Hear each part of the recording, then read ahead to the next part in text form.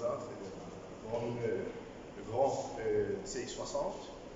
Donc, j'ai pris quelques petites notes juste pour ne pas passer sur certains détails. Donc, pourquoi CX-60? Donc, c'est pour se différencier de la compétition, créer une expression unique, combiner l'originalité et la qualité. Donc, l'héritage japonais, donc le savoir-faire, une passion à haut niveau. Donc, ça, c'est une signature typique japonaise. Donc, et faire de nos clients connaître un peu plus Mazda et d'apprécier Mazda pour ce qu'elle est. Donc, Mazda, on a CX-60, qui est un tout nouveau moteur, un moteur 6 cylindres en ligne.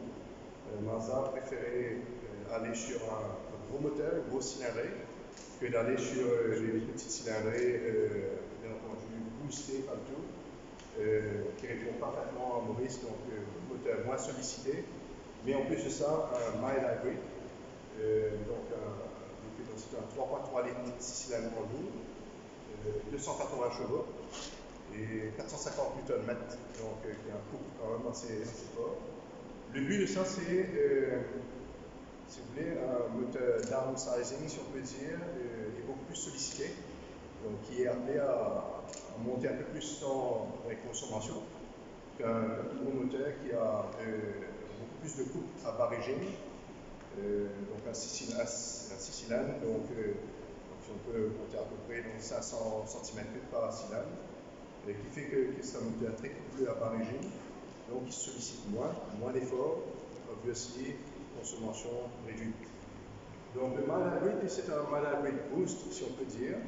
Donc si on peut expliquer d'une façon, deux choses que je vais vous expliquer. Donc, le mild hybrid, en fait, il agit comment? C'est simplement, si on regarde une courbe de consommation, donc cette courbe ici, on parle du pic de consommation, et pendant que vous atteignez votre cruising speed, si on peut dire, donc le pic de consommation est toujours plus haut, et ensuite, plus vous atteignez votre cruising speed, la consommation descend et elle se stabilise.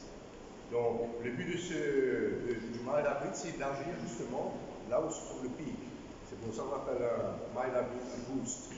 Donc, il va donner un grand coup de main sur la partie où vous consommez beaucoup. Aussi, quand vous atteignez un cruising speed, vous descendez par exemple paille, le moteur s'éteint. Donc, il fait que justement là, elle va aider encore plus à gérer la consommation.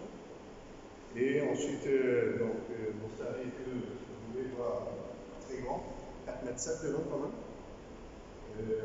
Ils ont un peu les grands. Donc ensuite, là le sol, c'est un véhicule qui a quand même 175 mm de là le sol, donc elle est relativement haute, mais à la fois quand vous regardez, c'est pas un véhicule court en termes, donc au gagnant et aérodynamique. Et ensuite, non, pas d'autre. Donc le towing capacity, ayant vu que c'est justement un gros moteur, donc le towing capacity est quand même assez fort, donc c'est 2,5 tonnes. Donc ceux qui ont déjà vu tracter des bateaux, etc., ça va être une grande aisance. Et c'est une all-wheel drive, donc on ne va pas dire que c'est un tout-terrain, un such, mais c'est un véhicule, donc c'est une toute première pour Mazda, c'est un rear-wheel drive, mais à la fois, donc c'est un all-wheel drive, donc toutes 4 motrices, mais en particulier, on va rouler en rear-wheel drive, et au moment venu, elle va pousser la puissance un peu à l'avant pour gérer la traction, parce que vous tournez un chemin un peu chaotique, etc. Et on a une fonction qui permet de basculer en off-road mode.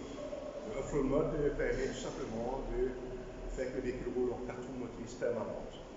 Donc, permet justement de sortir de certaines situations où,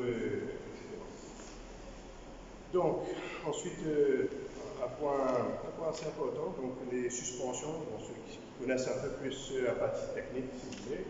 Suspensions avant sont les double wishbone. Donc, double wishbone, vous allez retrouver chez les véhicules haut de gamme, et ça aussi en option, dans certains niveaux, certaines catégories de voitures un peu plus sportives, etc. Et ben là, donc qui fait qu'elle aura une meilleure tenue de route, une meilleure adhérence sur la route. Les pneus vont rester beaucoup plus droits quand elles montent et elles descendent, mais ce n'est pas des pneus qui vont jouer en angle. Ensuite, consommation affichée par le constructeur, sur du WLTP bien entendu. Donc on parle de combiner 7,4 litres 100 km, extra urbain 6 litres 100 km et urbain 9,8 litres 100 km. Donc Maurice, on considère on est plus dans l'urbain, autre donc dans les 9,8 litres 100 km. Et nos essais semblent nous donner cette indication, donc on tourne dans cette consommation. Ensuite, sécurité, 7 airbags, crash test sur un cap 2023 à 5 étoiles. Donc ensuite vous avez bien entendu un peu les niveaux de sécurité quand on parle de freinage d'urgence, assistance de freinage, par exemple à l'arrière si vous reculez, un enfant traverse ou une voiture arrive, elle va freiner seule. Donc ce sont des niveaux quand même assez poussés aujourd'hui qui sont devenus standards pour atteindre les 5 étoiles crash test sur un cap. Ensuite, vous avez le système de maintien de trajectoire, juste un peu comme tout le monde, mais ici il y a un système qui est assez intéressant, c'est que dès que vous commencez à traverser la trajectoire, le volant va commencer à vibrer, et si vous n'avez toujours pas redressé le volant, elle va prendre un peu la main et rediriger le véhicule un peu sur son ligne. Que bien entendu, vous avez tout le contrôle, il vous suffit de tenir, ça va partir où vous voulez, ou mettre le clignotant. Ensuite, donc, système d'alerte anti-fatigue. Donc, il y a une caméra qui vous filme en permanence. Donc, vous pouvez, si moi, le constate que vous avez un œil en dehors ou vous gagnez sommeil, ça va vous warn, ça va commencer à vous mettre des warnings et vous dire de payer attention.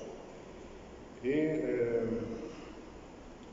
système Kinetic Posture Control, donc en fait c'est plus sur le véhicule, donc c'est lorsque vous prenez des trajectoires assez serrées, répétées, donc vous n'aurez pas de roulis sur le véhicule, donc c'est un système qui agit un peu sur les freins et qui stabilise le véhicule et du reste vous verrez quand le véhicule tourne, le véhicule reste plat et droit, donc qui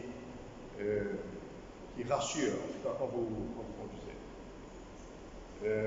Donc maintenant à l'intérieur, je ne sais pas si vous avez l'occasion de voir un peu le véhicule, donc c'est au niveau de cuir, il y a un cuir que tout le monde connaît, un cuir grainé qu'il y a en général dans pratiquement toutes les voitures, et ensuite quand vous atteignez un certain niveau, là vous commencez à rentrer dans du Napa Leather, qui est un très haut niveau, un cuir très doux, très raffiné, donc c'est ce qu'il y a dans le véhicule, et en plus ventilé à l'avant, donc qui permet avec les chaleurs malheureusement de Maurice, quand le cuir a bien chauffé, elle ventile et refroidit le fauteuil assez vite. Ensuite, par contre, un système assez unique. Donc là, je vais demander l'aide de mes collègues. Les yeux, parce que je ne sais pas si vous avez bien entendu, nous n'avons pas tous le même bus. Donc, et ensuite, elle va